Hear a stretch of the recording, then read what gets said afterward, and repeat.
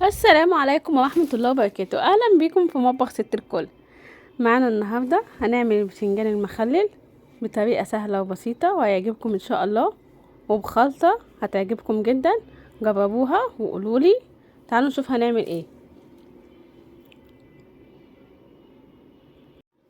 معانا هنا البتنجان بتاعنا، بنقطع الحتة اللي فوق ونشقه كده بالسكينة، ما بنفتحوش فتحة كاملة.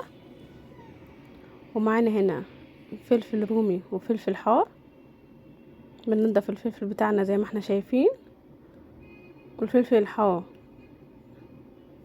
بنشيل الراس اللي فوق وبنشقه برضه عشان ما يفرقعش مننا في الزيت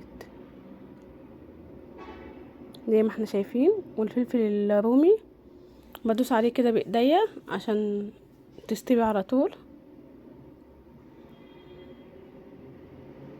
تعالوا نقلي البتنجان بتاعنا. معانا هنا زيت سخن، هنقلي البتنجان بتاعنا عادي خالص زي ما احنا شايفين. هنقلب البتنجان بتاعنا على الوش التاني،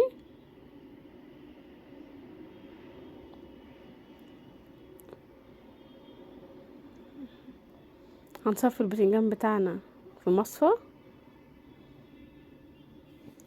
او على ورق مطبخ. هنخلص كمية البتنجان بتاعتنا كلها، وبعد كده هنقلي الفلفل،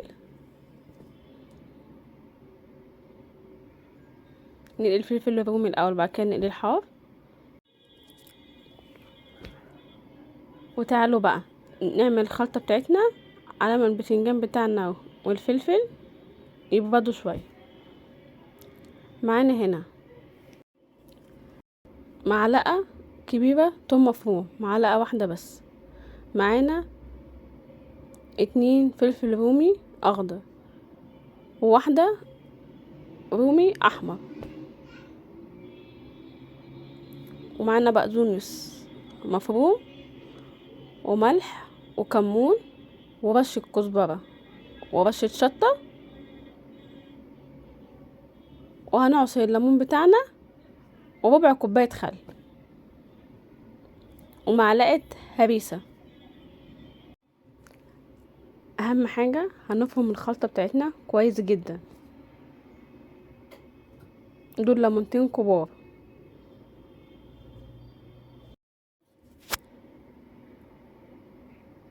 عصرنا الليمون بتاعنا وحطينا الخل. هنفرم بقى الدقة بتاعتنا كويس جدا، هنفضل نفرم فيها لحد ما تطلع لنا ناعمة خالص، ما فيهاش اي قطع.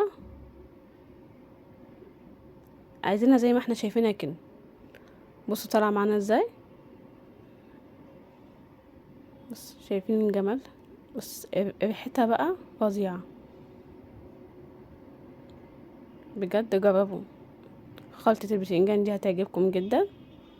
معانا هنا بقى بصوا الكبة، مطرح ما خلصنا فرم الدقة هنعصر ليمونة وربع كوباية خل ونص كوباية مية، وهنقلبهم كويس وهنخليهم جنبنا هنحتاجهم. هوريكم هنعمل ايه. نحط عليهم معلقة من الدقة ونقلبهم كويس وهوريكم هنعمل ايه. تعالوا بقى نخلي البتنجان بتاعنا نحشي الخلطة بتاعته. شايفين البتنجان بتاعنا ابيض وجميل ازاي من جوه، بسم الله ما شاء الله. هنخلي بقى الكمية بتاعتنا كلها وهنرصها في العلبة بالشكل ده زي ما احنا شايفين كده. هنرص الكمية كلها. تعالوا اوريكم هنعمل ايه في الاخر. كده خلصت البتنجان كله. هرص الفلفل زي ما احنا شايفين كده، نحط عليهم معلقة دقة كده. والخليط بقى اللي احنا عملناه هنا ننزل بقى نغطي بيه البتنجان كده، نسقي بيه البتنجان. شايفين الجمال يا جماعه بجد. جربوا الطريقه دي، احلى خلطه بتنجان هتاكلوها، وهتلاقوها مش حاره قوي وما فيهاش توم كتير، وهتعجبكم جدا. زي ما احنا شايفين لما نيجي نستعمل ناخد من علبه البتنجان، اهم حاجه تكون المعلقه نضيفه جدا وناشفه تماما من الميه خالص. وما نرجعش اي قطع بتنجان للعلبة تاني، هيقعد معاكي ومش هيجراله اي حاجة. ولو اول مرة تشوفوني ياريت تعملوا لايك وشير وسبسكرايب وفعلوا الجرس عشان يوصلكم كل جديد، واشوفكم فيديو جديد ووصفة جديدة من مطبخ ست الكل. والسلام عليكم ورحمة الله وبركاته.